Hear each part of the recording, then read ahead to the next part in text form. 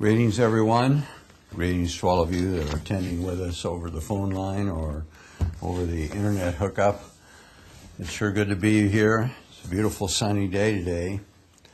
Anyway, I want to go over to Genesis 6 today to begin our service and begin this sermon.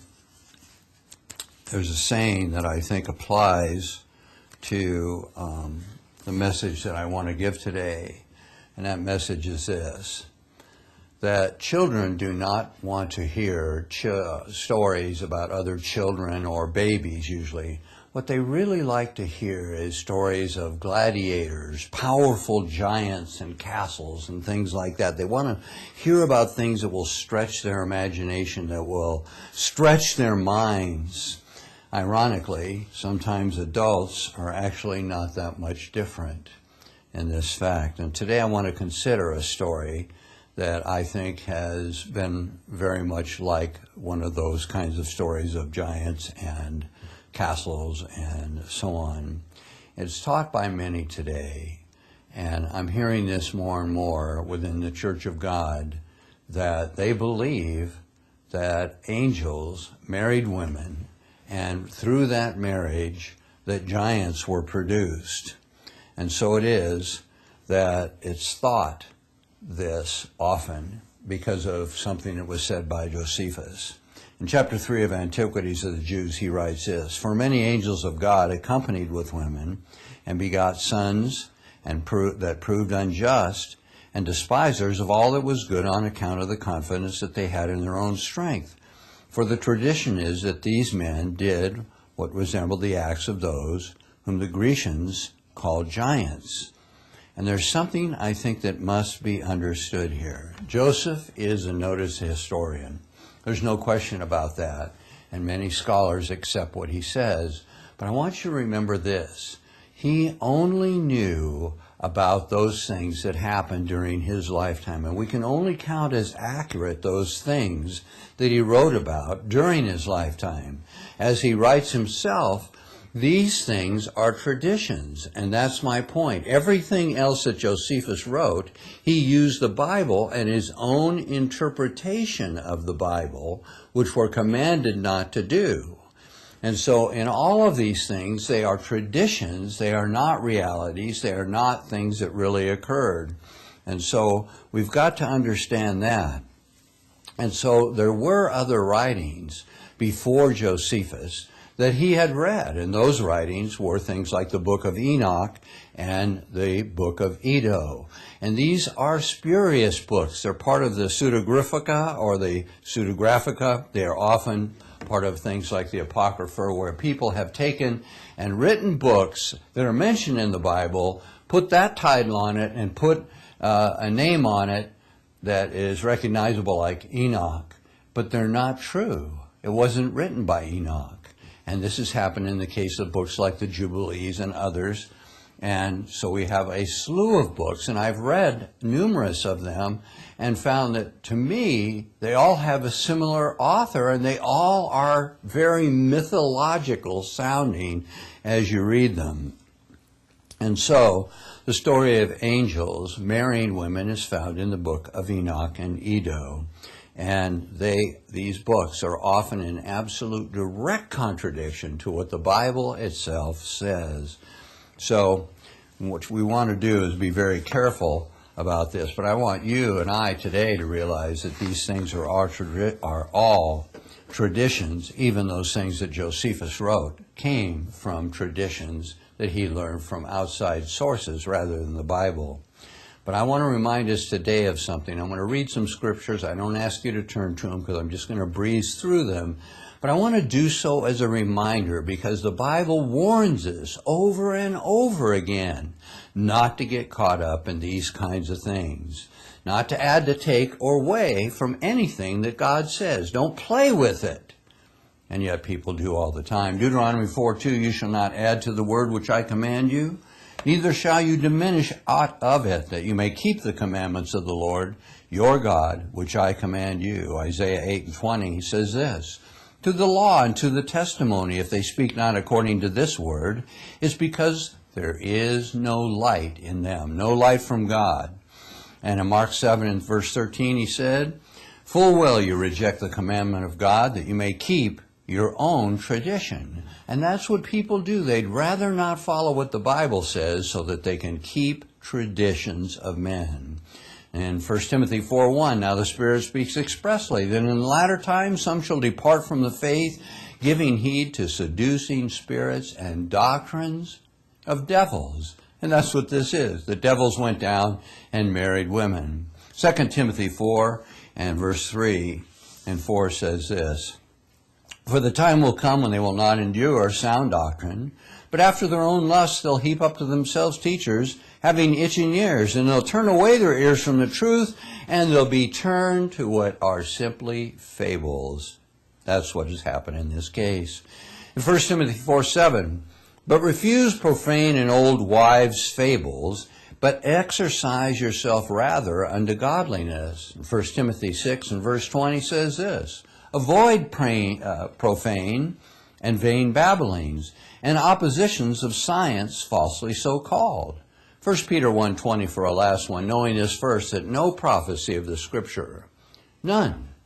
And when it says that, it isn't talking about foretelling. It's talking about inspired speaking, inspired writing. None of that in the Scriptures is for any private interpretation. We're not to put a private interpretation on it, but we are to align it with other Scriptures so that those things match up and so that we can understand what the truth is. But now, to me, the number of people that believe some of these fables, such as angels marrying women, has skyrocketed to the heights of what I call crazy making anymore.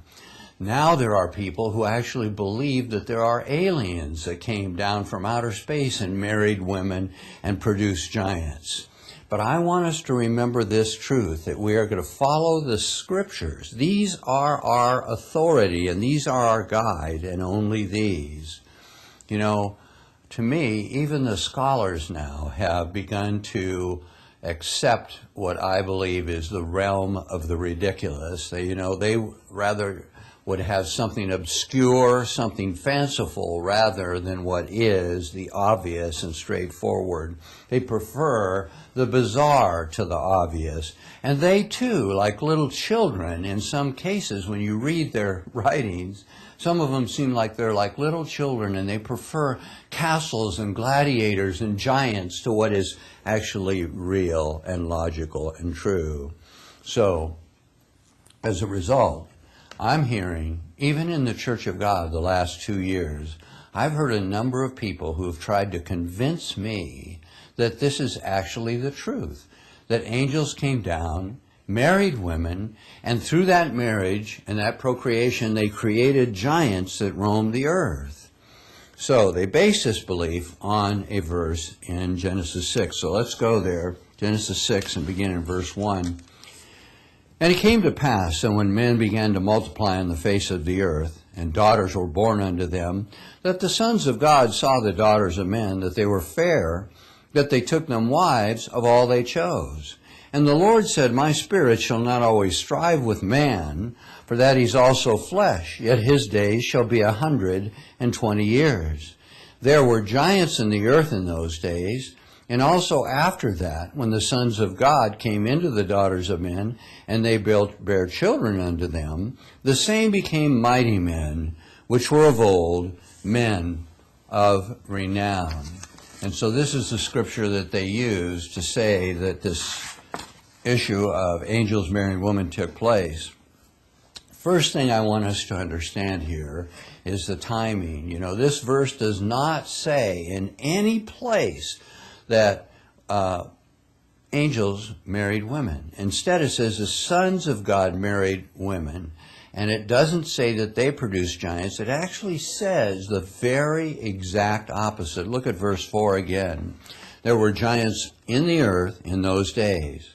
And also after that, when the sons of God came into the daughters of men and they bare children unto them, the same became mighty men were of old, men of renown. Let's go over to Job, if you would, because Job is where they get this. But you notice what we just read. Job talks about the sons of God, and people have believed that they're talking about angels there. But what we just read, the timing is important, and that is this, that it was after that. It says exactly the opposite. There were giants on the earth in those days. And in fact, we'll see later there were giants today and that existed, and then and exist now. But those giants existed, and then after that, the sons of God went in to the daughters of men. So the giants existed first. They were not produced by a marriage between angels and women. But they get this sometimes, trying to understand the meaning of sons of God. So let's look here at a couple places where they get this term and think that it means angels. And that's why they've concluded that it's very quite possible, anyway, that this could have occurred. Beginning in Job 1 and verse 6, it says this, "Now there was a day when the sons of God came to present themselves before the Lord, and Satan came among them." And so they think that this was a meeting in heaven. But I want to remind you, it nowhere says this was a meeting in heaven. And I ask you today, is it possible that this meeting of the sons of God, appearing before God, could that have been men appearing before him? I want you to think about this. Could it be they were keeping his holy days in that time? Remember this, that Job was a righteous man, and Job gave sacrifices to God. Is there any question in your mind that he would have also kept the holy days? Because I ask you to remember that God created the holy days before he ever made a man. In Genesis 1:14, he made the astronomical calendar for signs and seasons means holy days or appointed assembly, times of appointed assembly. And then you see Cain and Abel are keeping the feast of first fruits. And then later you read that Abraham, in Genesis 26:5, Abraham kept God's laws, statutes, judgments, and ordinances. And the statutes there is the word appointed times. So Abraham kept God's appointed times. And that verse, and that very same word, that's used in Genesis 1:14 is used later in Exodus and other places referring to God's holy days. So they were keeping them. All of these people kept God's holy days. His holy people kept his holy days down through time. Wouldn't Job have been meeting on those days? And Job's friends, do you think he was hanging out with the guys from the other side of the tracks? Or was he hanging out with other people who believed like him? Was he a one that taught about God? And all of his friends that gathered around him, they all knew this same God. So wouldn't they have been all meeting? Wouldn't there be on earth people and groups who would meet keeping the holy days and meet before God? I think it's very possible that that's true. And here's another reason I say that, and it's this. Satan was cast down from heaven. The only time we ever see him ascending to heaven is to try to take God off his throne when he's cast back down, and Jesus said, "I saw him fall like lightning." And then in the book of Revelation in chapter 12, we see him just before the end time ascending once again. And it's always about war. He's never going up there to meet peaceably. He ascends to heaven to make war on God in every case in the Bible. Now watch. What's the next sentence say in the book of Job? In Job 1 and verse 7, "And the Lord said to Satan, 'Where do you come from?' And Satan answered the Lord and said, 'From going to and fro in the earth, and from walking up and down in it.'" This is where he is confined. He is confined to this earth. That's where he's been all this time. I don't think, myself personally, I don't think this was a meeting of angels in heaven. I think it was a meeting of sons of God that were men. Let's go to Job 38. Here's a place where there's no question that this term, sons of God, refers to angels. But what people haven't really thought about is, what is the full meaning What is the full meaning of sons of God in the Scriptures when we look at it? So let's look at Job 38 and verse 7. Job 38 and verse 7, where it says, "For my loins are filled with loathsome disease." I'm sorry, that's Psalm 37. Job 38. Job 38 and in verse 7, God was speaking to Job about putting him in his place in a way, but he was speaking to him about when he created the earth. And he said, speaking of this time, in verse 7, "When the morning stars sang together, and all the sons of God shouted for joy." And so we know that stars are a type of angels, and then in that context it says sons of God shouted for joy. Well, my question is, does this mean, because this refers to angels, that it always refers to angels? Let's look at what the original word actually means, because Strong says the word in the Hebrew is the word bane. Now here's what he says, and I'm going to read this. A son is a builder of the family name in the widest sense of literal or figurative relationship, including grandson, including subject or nation's quality or condition. Now look, was this that we just read, was this in a literal context or was it in a figurative context? Well, it was used figuratively, so we should use the figurative definitions here. So could it be that, is it possible that it's referring to the sons of God here, was what the translators put, but could it mean that it was the nation or the subjects of God's kingdom, that God's children, not children, but God's nation, his subjects, all shouted for joy? That's very easily what it could mean, and not referring to angels throughout the Bible. So anyway, the question I would ask you is this: how can we know which way to apply this definition? So it could mean children of God, meaning like a family, or it could mean, on the other hand, subjects or a nation, even a condition. How do we know how to tell how this verse should be translated? Well, we have to put it in the context of the whole Bible. And again, I'm going to read some scriptures, and I'm not asking you to turn to them, but I'm going to read them very quickly. But I want to just give us an idea about this. We know, I believe, how this should be understood by the rest of the verses in the Bible, of which I'm only going to read a partial group of them that I've selected, but there are so many more that say this same thing. In other words, we read Luke's genealogy, and it goes back and it talks to us about Adam being the son of God. Deuteronomy 14:1 says this: "You are the children of the Lord your God. You shall not cut yourselves or make any baldness between your eyes for the dead. For you're a holy people unto the Lord your God, and the Lord has chosen you to be a peculiar people, a special people unto him, above all nations that are on the earth."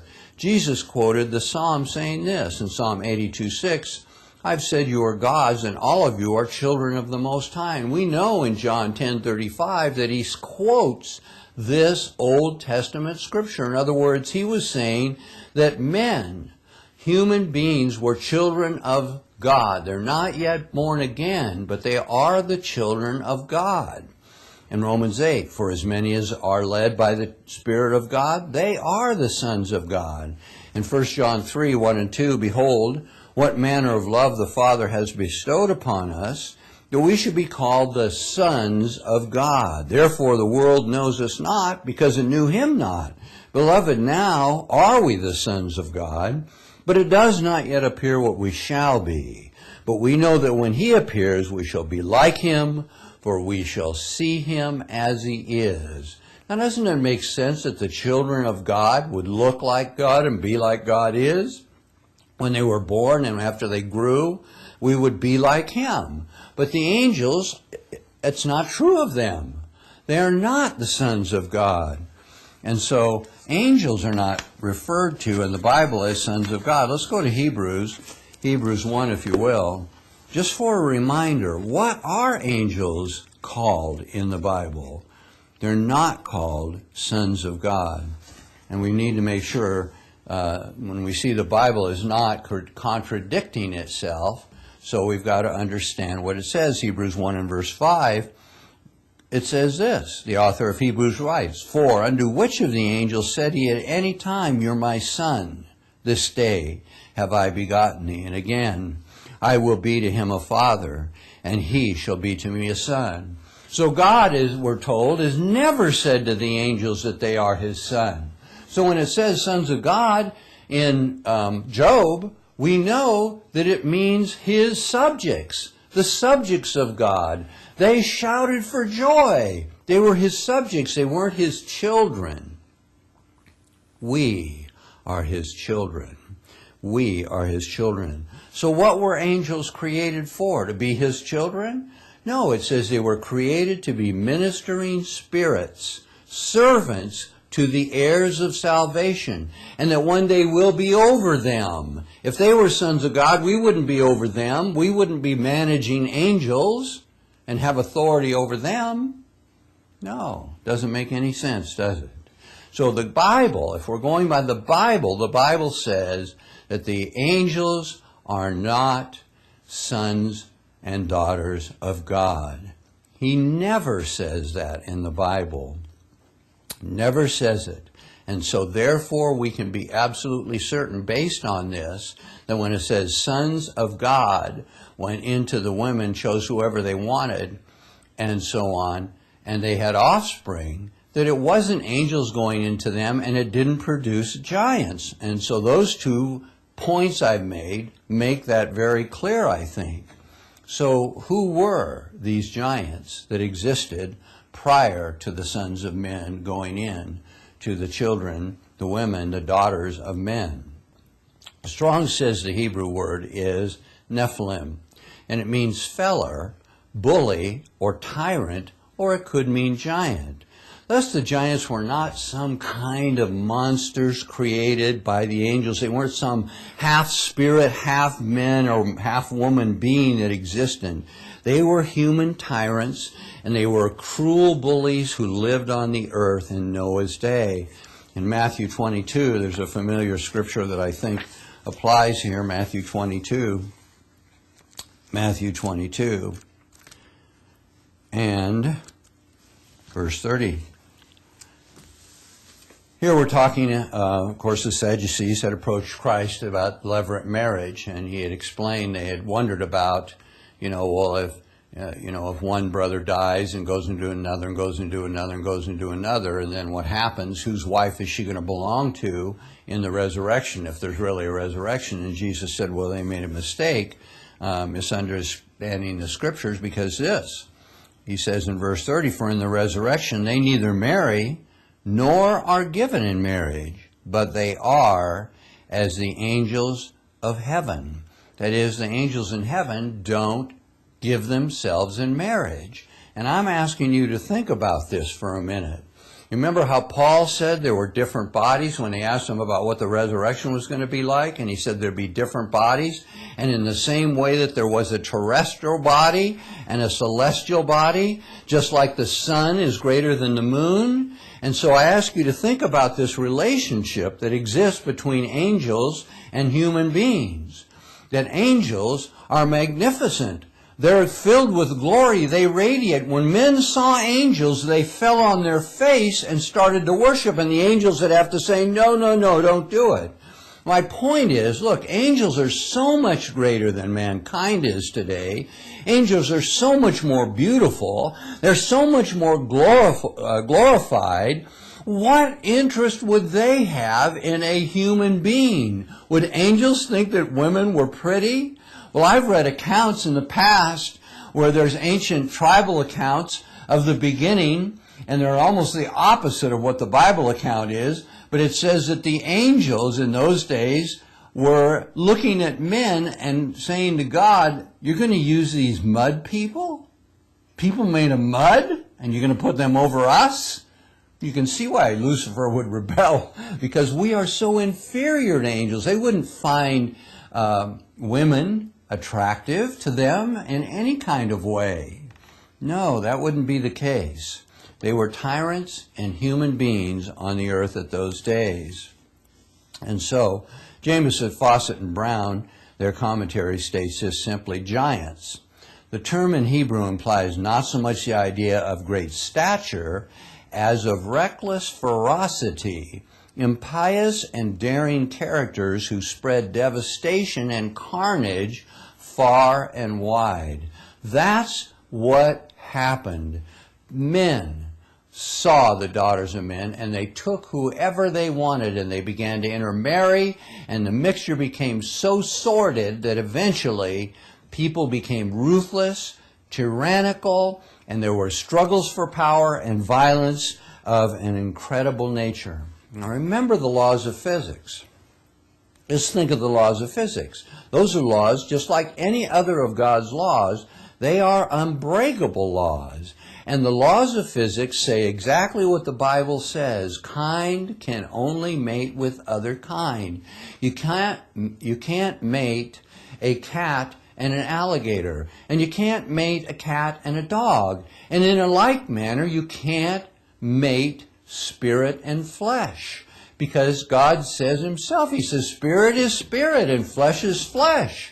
You can't be flesh and have anything to do with the kingdom of God. Nothing to do with the spirit. You can't see it because it's invisible. And yes, they can manifest themselves. Angels can. But my point is that they are different kinds and they are not able to intermarry. They don't marry human beings. Angels aren't given in marriage. But men make up these fanciful ideas. They have, stories of men who have dreams, and a succubus, which is a demonic angel, will come in the form of a woman and have relations with them. But these things are fantasies. They're myths. They're fables. They're fictions. None of it's true. Let's go to 2 Peter. Let's go to 2 Peter and consider another point. 2 Peter 2 here. 2 Peter 2. I want to ask this question.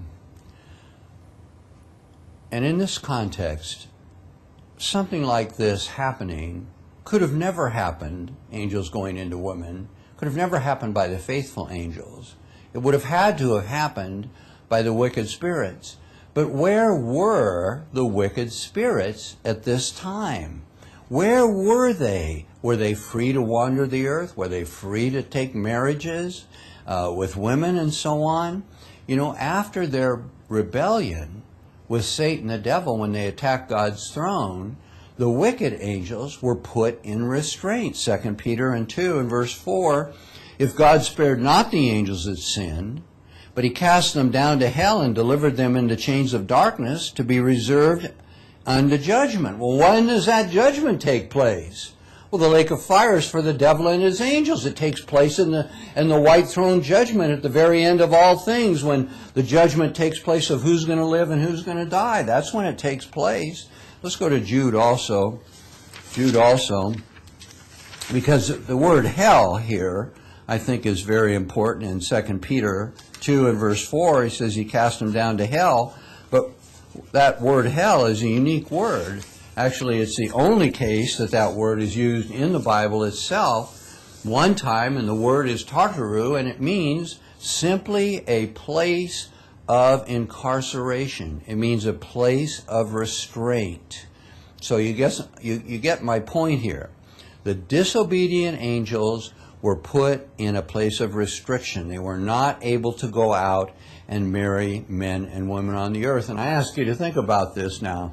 See, it's not talking about just having relationships with these women. It's talking about marrying them. Can you imagine an angel giving up his angelic power and majesty and might and coming down and marrying a woman and raising children and providing for the family and staying with them an entire lifetime? That's what marriage is, you see. these were marrying. And so it was men, not angels. It's silly to even begin to think about the details.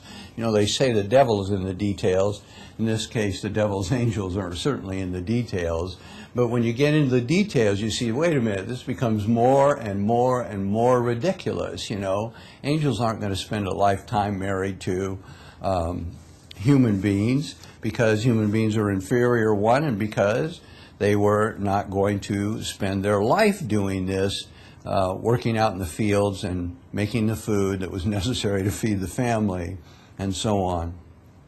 So in Jude 1 and verse 6, we continue on with this thought.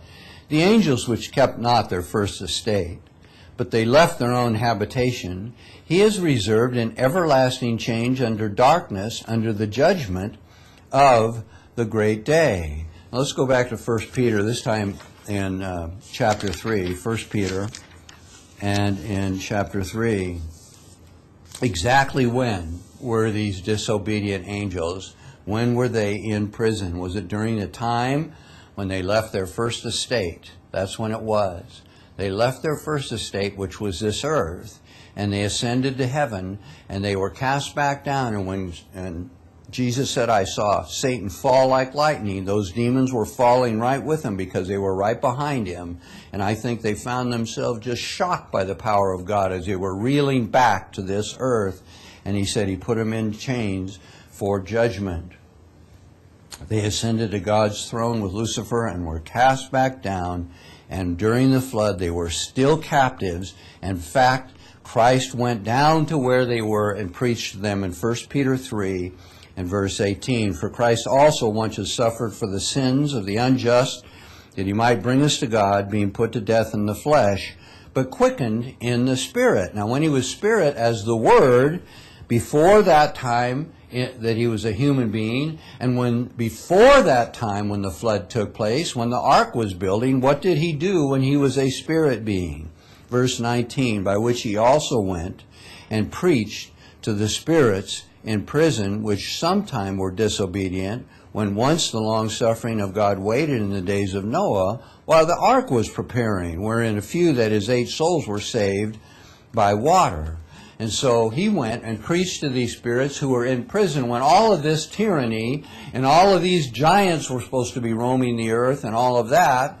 That was before, and that was during the time when the ark was being built, and yet they were still in prison, and Christ went down there and he preached to them. And I think he preached 1 Peter 2:4, and that is, look, the flood is coming, and that flood is a type of what you're going to see in the end when the lake of fire finally occurs. Just like Sodom and Gomorrah, everybody dies. Is that what you really want? I think that's what he went and preached to them.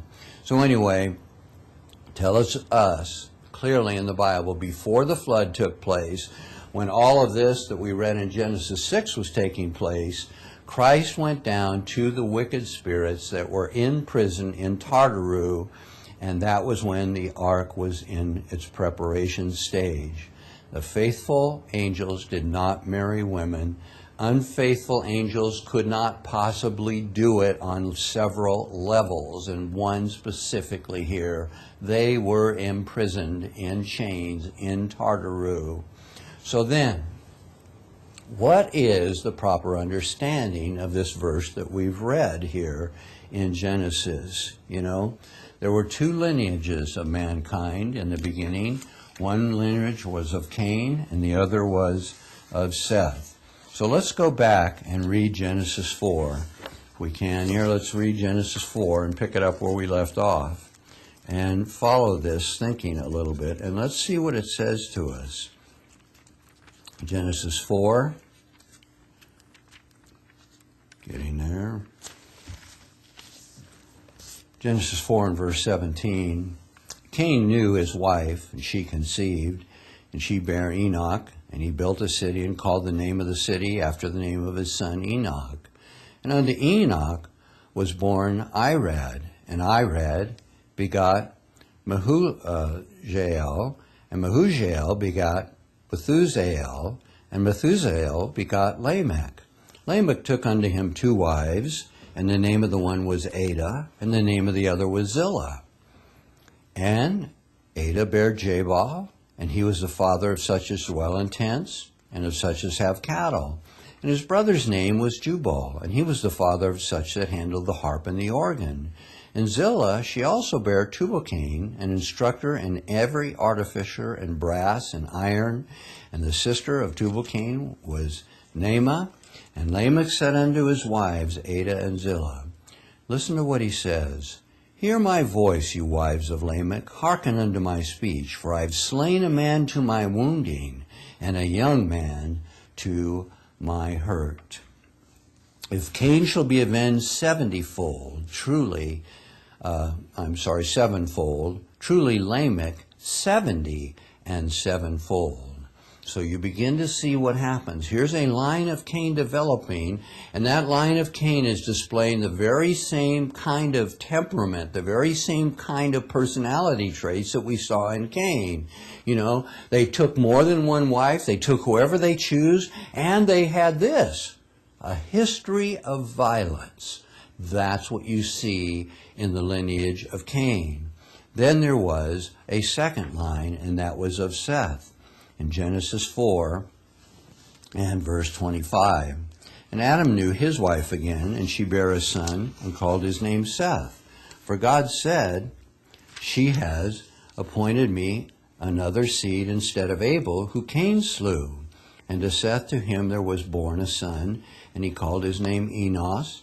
And then it says something interesting. Then began men to call upon the name of the Lord. Now here is, I think, what is really an interesting statement. We've got a line, and it doesn't give us any indication as you go through the genealogy of Seth and his line. You don't see ruthless tyrants, and you don't see killers, and you don't see brutality, and you don't see vengeance, and I'll get them, and if they just hurt me, I'm going to kill them, and if I'm avenged, or I'm going to be avenged 70 times sevenfold. But you also see this interesting statement. Men began to call upon the name of the Lord. Translators put this in the Bible.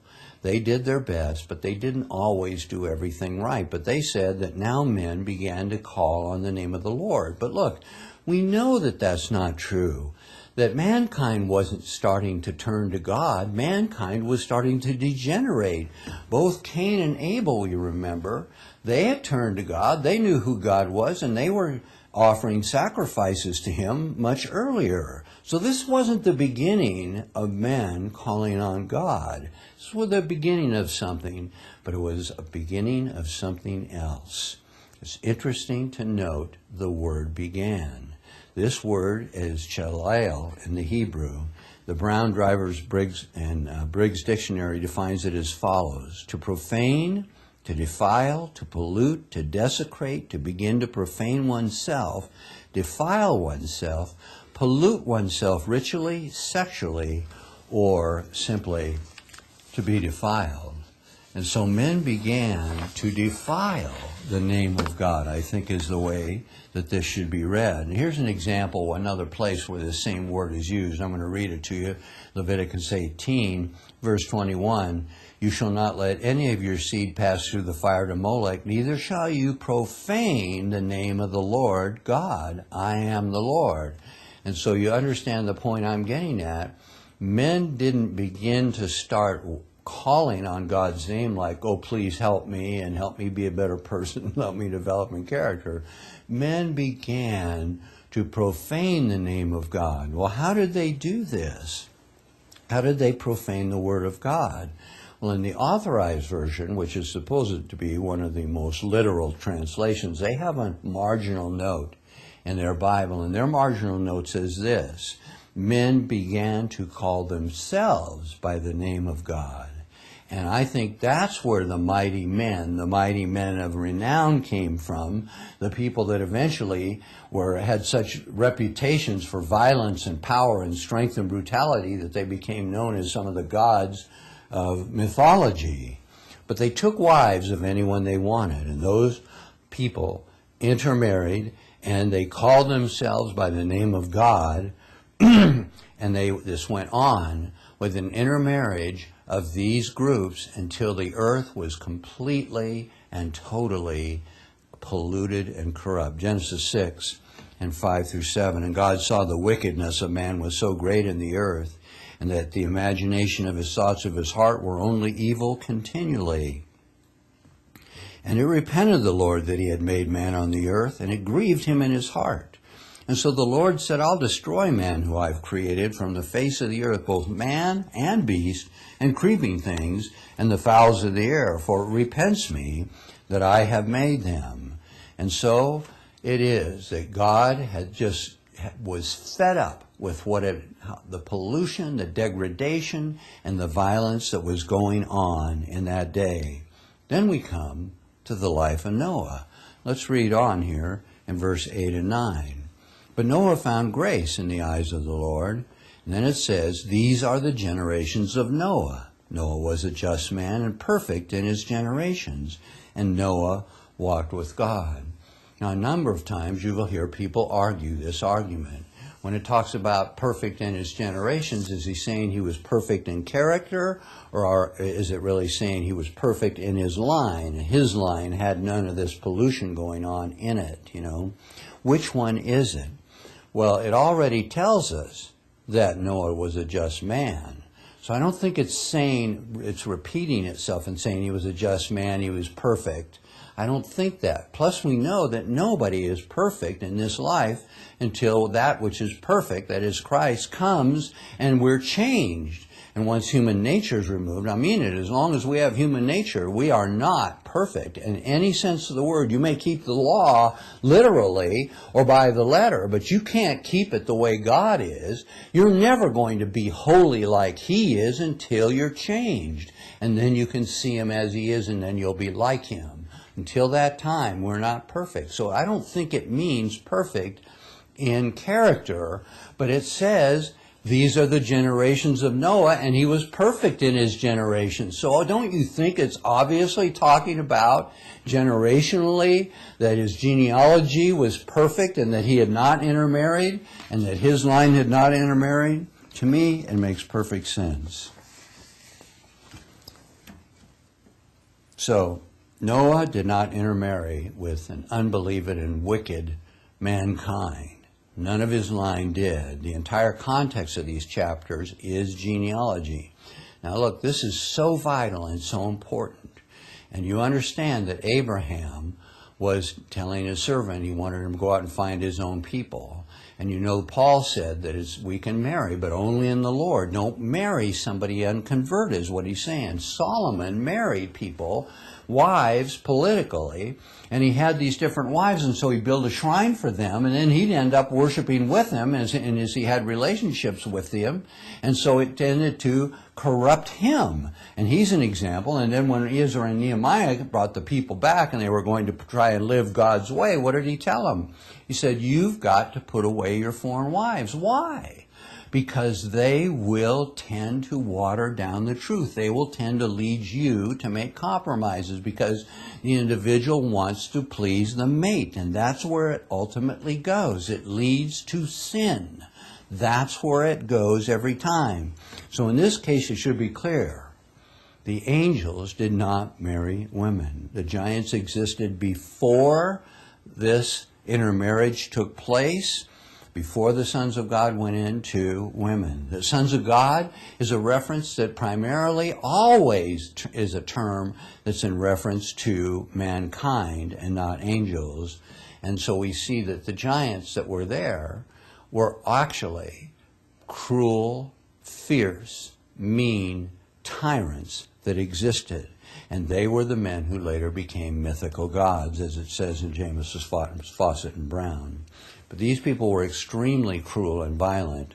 And I remember that I went to a museum in Los Angeles, and I was going through this tour. I was talking to the tour guide, and we went through the various ages. And I asked the tour guide, I said, well, what was it like, around 5,000 years ago? what was that like? And she said, oh, it was just terrible. Men were so brutal. They were just unbelievable. She said, all the skulls we find have cracks in them or holes in them that weren't just because they fell or tripped or, hit their head somewhere. These were tools that were used. They're like perfectly round. It was like hammers or mallets or something like that they were using. But they say that bones were broken, and it was just a tyrannical time filled with violence. And she told me that most of the skeletons during that particular time were in that kind of condition. Genesis 6 and verse 11, the earth also was corrupt before God, and the earth was filled with violence. And God looked on the earth, and behold, it was corrupt, for all flesh had corrupted its way on the earth. And God said to Noah, the end of all flesh has come before me, for the earth is filled with violence through them, and behold, I will destroy them with the earth. And he destroyed every living thing that was above the water, everything on the land and in the air. So, anyway, I'm saying by all of these points that it's very obvious. The clear and the sound reasoning and the use of the scriptures and putting them together is showing us one thing and one thing only, and that is this, that these giants were not created by the procreation of angels and women. And if there were giants, they would have died in the flood. There would be no more giants. But there were giants after the flood, and there are giants that live on our earth today, right now. And they weren't a result of later angels going, you know what? I think I'm going to go down and mate with women too. So some of the faithful angels doing that. You don't read that anywhere. Yet even it becomes ludicrous to think about the good, faithful angels doing anything like that. The other ones are still all in Tartaru, where they were kept. So understand, there's always fluctuations in the genetic pool. I want you to consider just a few more biblical accounts. Deuteronomy 3:11, for Og, the king of Bashan, remained of the remnant of the giants. Behold, his bedstead was a bedstead of iron, and is it not in Rabbith? And the children of Ammon, 9 cubits was the length, and 4 cubits the breadth, the cubit of a man. They say this man was about 12 feet tall. Scholars say that he was at least that tall, Numbers 13:33, and they saw the giants, the son of Anak, which came from the giants, and we were in our own sight as grasshoppers, and so were they. So were we in their sight.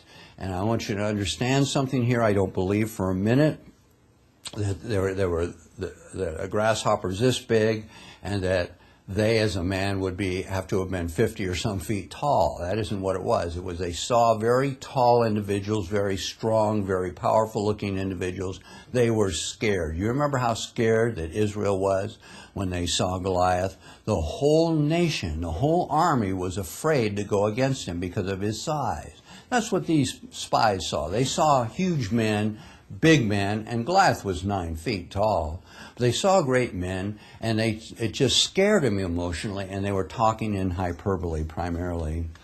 Anyway, it was an fearful emotional reaction. 2 Samuel 21 and verse 20, there was yet a battle in Gath with a man of great stature that had on his hand 6 fingers, and on every foot 6 toes, 24 in number, and he also was born to the giant. And when he defied Israel, Jonathan, the son of Shimei, the brother of David, slew him. So there's giants that existed after the flood because of genetic fluctuations. And there are people today that are giant, and there are people that are dwarfs, and there's people that are midgets. And that's the way it goes. Today there are people who have, and I've seen pictures of this, they have 6 toes, and they have 6 fingers on their hand. I've even seen skeletons where they're x-rayed, people at least. I've seen the skeletal structure, and they're perfect, where you have an extra digit, and it's just perfectly, seemingly natural. And they have these today. The tallest man for a long time was a man from Japan, and he was 7 foot 6 feet in length. And he's now been beat by a new man who's in the Ukraine. He sits in a regular chair, and he can reach up to the top of the ceiling or to a light bulb. It's just amazing. And he has a mother, and his mother stands about this high, much shorter than this podium. To him, he's just huge, 8 foot 6. is what he is.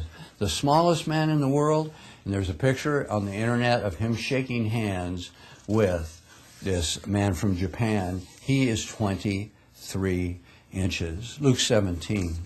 You understand, this didn't happen because of angelic activity. This is just the natural fluctuations that take place, in particular in our world. Today, we live in a world that has been polluted, and so there's all kinds of anomalies that take place. You know, but the reason I bring this up, and the point I want to make, is more spiritual today. There's a spiritual lesson for every one of us in this that we've learned. So we've learned that the giants in those days were not the result of the procreation of angels and women. There's no question about that when you look at the Bible verses and when you just use just common sense and normal human reasoning. It just doesn't fit and doesn't make sense, no matter how many other spurious books may say that that's what took place. The Bible is our authority. But the thing is really important is that there is a lesson for us today. So here we are in Luke 17. You know, the scriptures elsewhere, 1 Corinthians, for example, says that those things that happened to them were actually written for us who are going to live when? At the end of the age.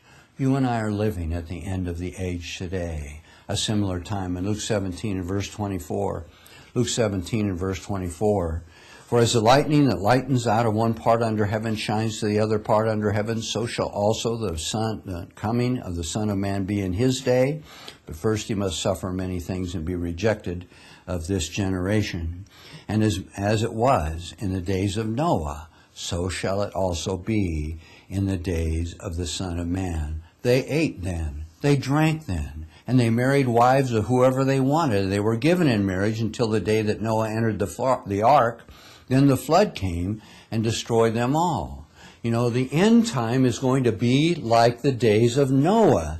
That doesn't mean they're going to be giants that are the result of angels marrying women. It doesn't mean that at all. It means there's going to be tyrants, fierce and brutal people. Well, I'm asking you today, do we live in an age where there are powerful and tyrannical men on this earth that are destructive? Yes, absolutely. There's bin Laden, there's Abimajad, there's Kim Jong-il, there's Karl Marx. There's all of these tyrants that have caused the loss of lives of millions of people. Hitler in World War II.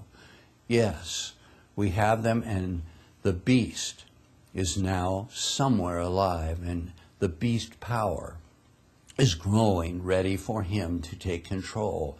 And we're going to go into a time just like the last days when it was so violent, as Jesus said somewhere else in the scriptures in Matthew 24:21. He said that if he didn't return, there wouldn't be any flesh left alive.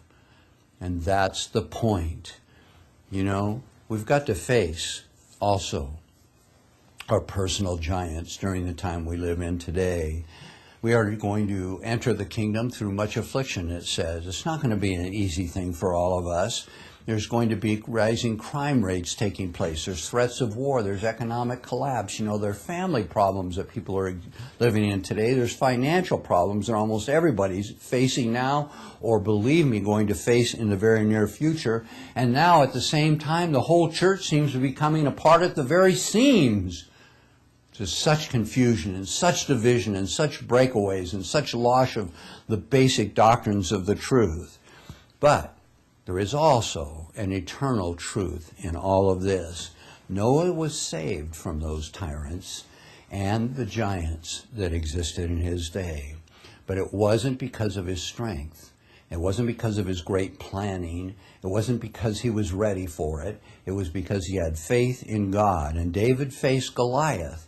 And he was 9 feet tall, and it said that the spearhead just itself was like 15 pounds. That's like a bowling ball on the end of a weaver's shaft that he would throw. Can you imagine it? If we threw it, it'd just go bang, right straight down.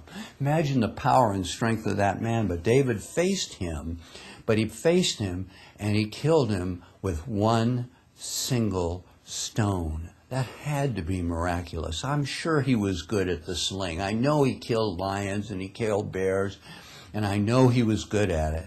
But you understand my point. One stone, bang. He picked up 5 because he wasn't sure, but he knew God would be with him, and so one single stone hits him. Now you know what Goliath said when that stone hit him in the forehead.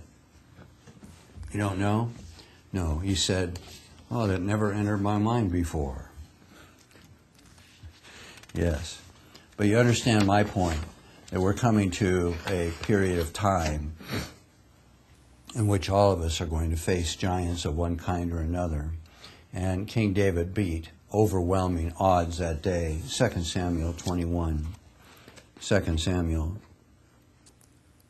21. I'm going to go back there and read something we read a piece of before, but I want to read a little bit more of it. 2 Samuel 21.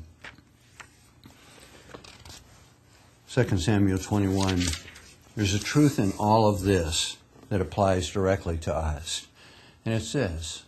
Once you slay one of your giants, you become a standard. You become the example, and you encourage others to go out and face the giants they face. And once they see you do it, they feel they can do the same thing. 2 Samuel and 21 and verse 15.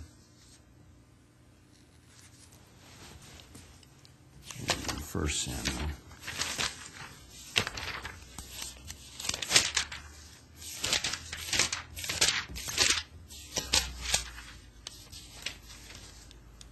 Second Samuel 21, verse 15. Moreover, the Philistines had yet war again with Israel, and David went down and his servants with him, and they fought against the Philistines, and David waxed faint. He got very, very tired. And Ishbi-Benob, which was of the sons of the giants, the weight of whose spear weighed 300 shekels of brass in weight, he being girded with a new sword, thought to have slain David. He was going to kill him. David was going to be killed by this giant. But Abishai, the son of Zeruiah, succored him, and he smote the Philistine, and he killed him. Then the men of David swore unto him, saying, You shall go no more out with us into battle, that you quench not the light of Israel. In other words, they knew that David was close to God. They knew that God was working with them, and that any light that came to them came through David, and he reflected the light of God, and they were afraid, we can't let you out here because you get tired and you get killed or something, and then we're going to lose you.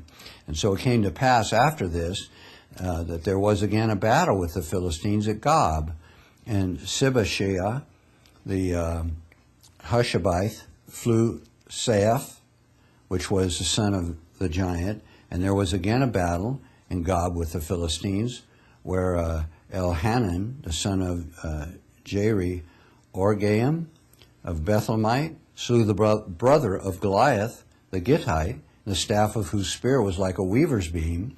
And there was yet a battle in Gath, where there was a man of great stature that had on his hands 6 fingers, and on every foot 6 toes, born 20 in number, and he also was born of the giants. And when he defied Israel, Jonathan, the son of Shimea, the brother of David, slew him. And these 4 were born to the giants in Gath, and they fell by the hand of David and by the hand of his servants. And so you get the point I'm really trying to make here, and that is this. David slew Goliath, and then all of Israel was empowered. They were encouraged. They were emboldened to do this. And they went out and they slew their giants. And my whole point in saying all this is when you do good, it encourages others to do good. When you overcome a sin that's so big and facing you, it encourages others to overcome the sin. When we overcome persecution here or out in the world or at work or anywhere, we overcome that and encourages others to face it and overcome it too. And that's my point today. You and I can. We can overcome the giants that exist in this world today. And when we overcome ours, others struggle harder to do it in their lives as well. And we have the opportunity by doing so to be examples to others. And every one of us, every single one of us face giants in our day, and we get knocked around a bit. And it reminds me of a movie I watched this week called Rudy, and I really recommend the movie. It was about a young man who was wanting to go and play football at Notre Dame, and he worked so hard to finally get in to Notre Dame. And at first he went to a junior college, and then he learned that he had dyslexia, and then he overcame that and learned how to deal with it, and he got his grades up high enough, and he got help, and he got into Notre Dame. But then he wanted to play on the team, the football team, but they wouldn't let him because he was so small. And so he would be on the practice team. They let him be on the practice team, and he accepted that. And he would go out every day on the practice team, and he would, boy, they'd knock him down. The A team would use the practice team as a battering ram. I mean, they'd practice against him, and they'd just smash him, and they'd hit Rudy, and they'd knock him down. He'd jump back up again. They'd knock him down, bang, he's up again. And every time they do it, he'd jump up, and finally one of the big guys grabs him by the helmet, and he says, hey, you got to stop doing this, man. We're going to kill you. And he says, and Rudy turns around and says to him, look, this is my job.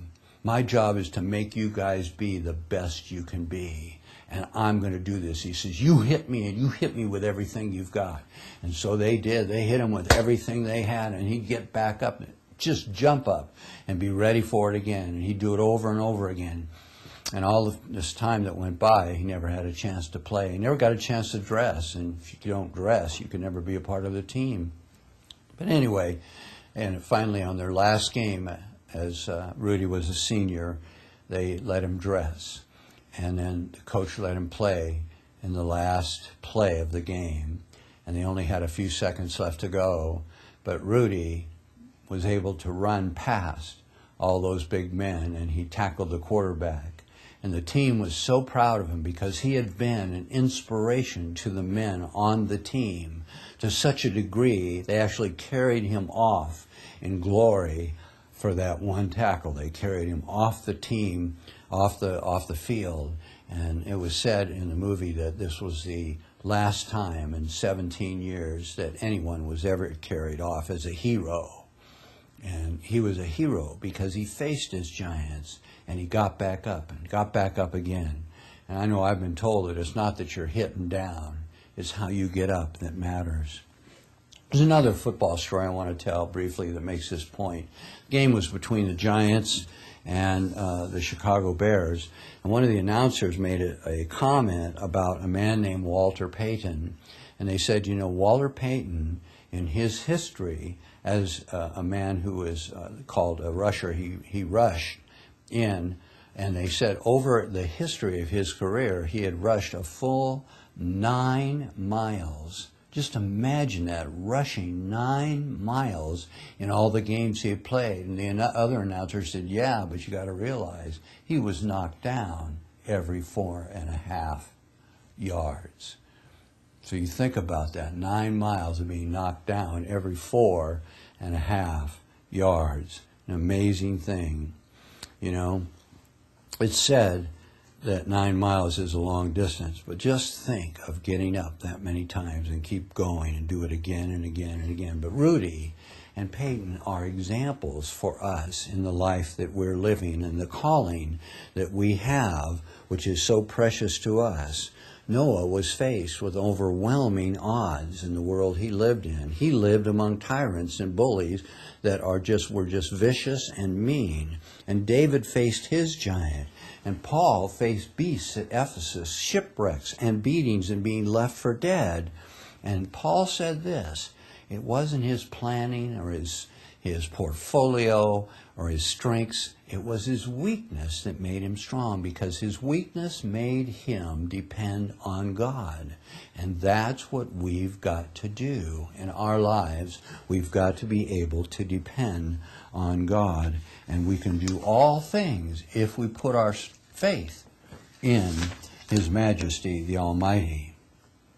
I want to conclude with this story. It's an illustration that I think is somewhat fitting here to the story, because a miracle takes place every single year in Florida. And 1,000 or more, sometimes loggerhead turtles, come to the beach at night once a year, and they do this to lay their nests. And they will dig there a big trench, and they will lay 80 to 120 eggs there. And the incubation time is about 60 days for these eggs. But after 60 days, these little turtles that don't have a beak like a bird does actually have been given a little tooth that's a sharp tooth by God. It's called a carnacle. And they use this tooth to break through their shell. And each one cracks and breaks through that shell. And that's an ordeal in itself. It takes them a long time to crack through the shell. Now look, the other thing is they're buried in the sand. Now, I don't know if you've ever been buried in the sand, but when I was a young teenager, I thought I was tough. I thought I was strong. And I was at the beach one day, and I had my friend say, "Hey, let's bury Art in the sand." And I said, "Sure." And I just let them bury me in about a couple feet or so, or 3 feet of sand. And I thought I'd just get up like the Incredible Hulk and go, "Argh!" and raise myself up. And I actually couldn't move. I had to beg them to come and take the sand off me. Well, that's how the condition these turtles are in. They're in a hopeless situation, buried in sand. But they have a team effort where they each work together, and they all work together to dig their way out of the sand. And then they run at night. They wait until nighttime and run down to the beach, because if they don't, they might get dehydrated and not make it. And if they don't do it then, often birds or predators of one kind or another can get them. So they wait for night, and then they head down to the beach and they get in the water. But once they get in the water, they also have trials and tribulations and predators that they face out in the water in the ocean. But these turtles do it, and they do it every year. And my point is this: they are an incredible example to all of us. Because look, if anybody, stopped this process, the difficulties that they have to go through, they would never become the turtles that they are destined to be. And I say this to us today: we face giants in our lives. Every one of us do face troubles and trials and problems, and I think it's going to get worse. My point is, if you and I didn't face these trials, and if we didn't go through the trials that we have to go through, having faith in God, we would never reach the destiny that God holds out for us as children, as sons and daughters of God in the kingdom of God. And so I want us today to not get ourselves caught up believing in various myths or fables that exist out there, even in the Church of God. And I want to remind us that angels didn't marry women and procreate with them and produce giants on the earth. Giants were simply cruel tyrants, bullies that existed before this time ever took place. Noah faced his giants. David faced his giants. And you and I today have to face our giants, and we have to do it in our weakness, having faith in God.